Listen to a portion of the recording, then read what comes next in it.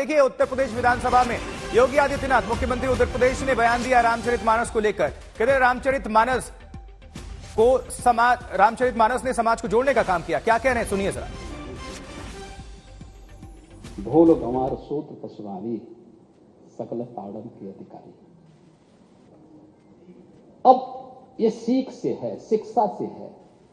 तो मैंने शुरू में इसी बात को कहा ना।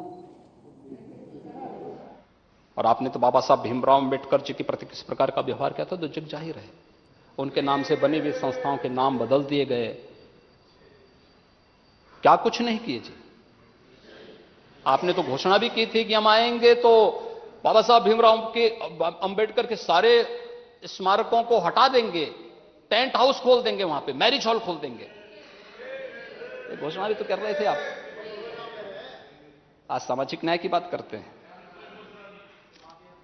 और नारी का मतलब स्त्री से है, मातृसत्ता से है। मध्यकाल में जब यह रचा गया था उस समय महिलाओं की स्थिति क्या थी? रामचरितमानस की रचना जिस कालखंड में हुई थी उस समय महिलाओं की स्थिति क्या थी? किसी से छुपा हुआ नहीं है। बाल विवाह जैसी विकृतियां भी उसी समय पनपी थी। इसलिए पनपी थी क्योंकि जिस प्रकार की शासन सत्ता थी, जिस प्रकार की अराजकता थी, उसको ध्यान में रख करके और उसको इस रूप में लेकर के मैं वही बोलना चाहता हूं कि आखिर विरोधी दल से जुड़े हुए समाजवादी पार्टी, विरोधी दल को मैं दोषी नहीं दे सकता, सॉरी, मैं समाजवादी पार्टी से ही कहना चाहता हूं कि आखिर आप इसके नाम पर, जिस पर उत्तर प्रदेश को गौरव की अनुभूति होनी चाहिए कि राम की धरती है, कृष्ण की धरती है, गंगा यमुना की धरती है, संगम की धरती है,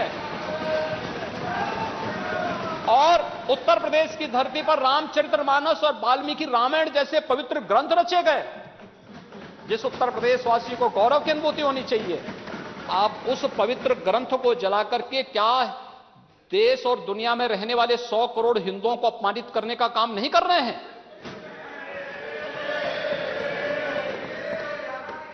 और इस प्रकार की अराजकता को कैसे कोई स्वीकार कर सकता है?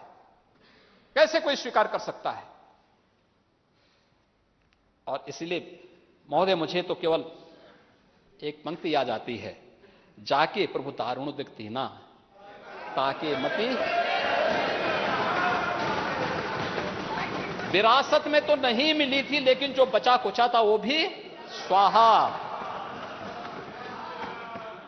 और अटल जी ने इस संबंध में बहुत अच्छी बात कही थी। वह कहा था उन्होंने, हिंदू तनमन हिंदू जीवन, रग रग हिंदू मेरा परिचय।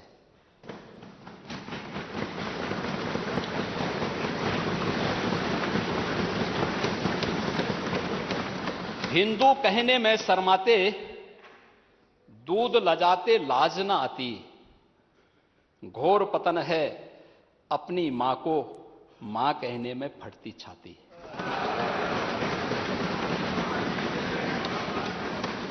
जिसने रक्त पिलाकर पाला, क्षण भर उसका भेष निहारो,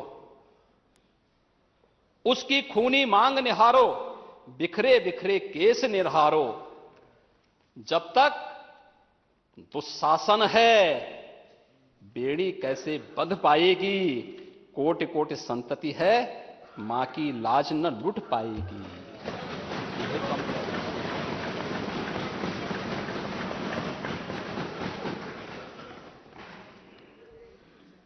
महोदय, मातृशक्ति की बात हो रही थी। नेता विरोधी दल कह रहे थे कहां पे जो है हेल्प डेस्क बना है। प्रदेश के सभी 1537 थानों में और जीआरपी के थानों को मिलाएंगे 1584 थाने आते हैं। इन सब में महिला हेल्प डेस्क की स्थापना हो चुकी है। प्रत्येक जनपद में एक अतिरिक्त महिला थाना के साथ साथ एक अतिरिक्त महिला परामर्श चौकी की स्थापना हो चुकी है।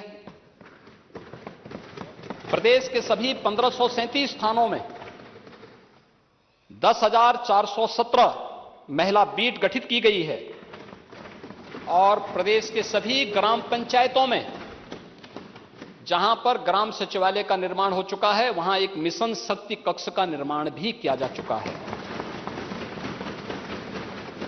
महोदय, 2017 तक उत्तर प्रदेश पुलिस में महिला कार्मिकों की संख्या मात्र 13,000 थी। आज ये संख्या 32,000 से अधिक है। तो उत्तर प्रदेश में महिला और बाल अपराधों में प्रभावी जो अभियोजन के फलस्वरूप अब तक 35 अपराधियों को मृत्युदंड की सजा, 1200 से अधिक अपराधियों को 10 वर्ष से अधिक की सजा, 1445 से अधिक को व्यापक अर्थदंड, 1325 से अधिक को आजीवन कारावास और 3420 से अधिक लोगों को 10 वर्ष से कम की सजा ये अब तक की जा चुकी है। लगभग 5,000 से अधिक अपराधियों को जो महिला अपराध में संलिप्त थे, जिला बदर की कार्रवाई करके अन्य प्रभावी कार्रवाई की जा रही है। और महोदय, प्रदेश के अंदर पास्को और महिला संबंधी अपराध में ई प्रोसिक्यूशन में पूरे देश के अंदर उत्तर प्रदेश नंबर 1 पर है।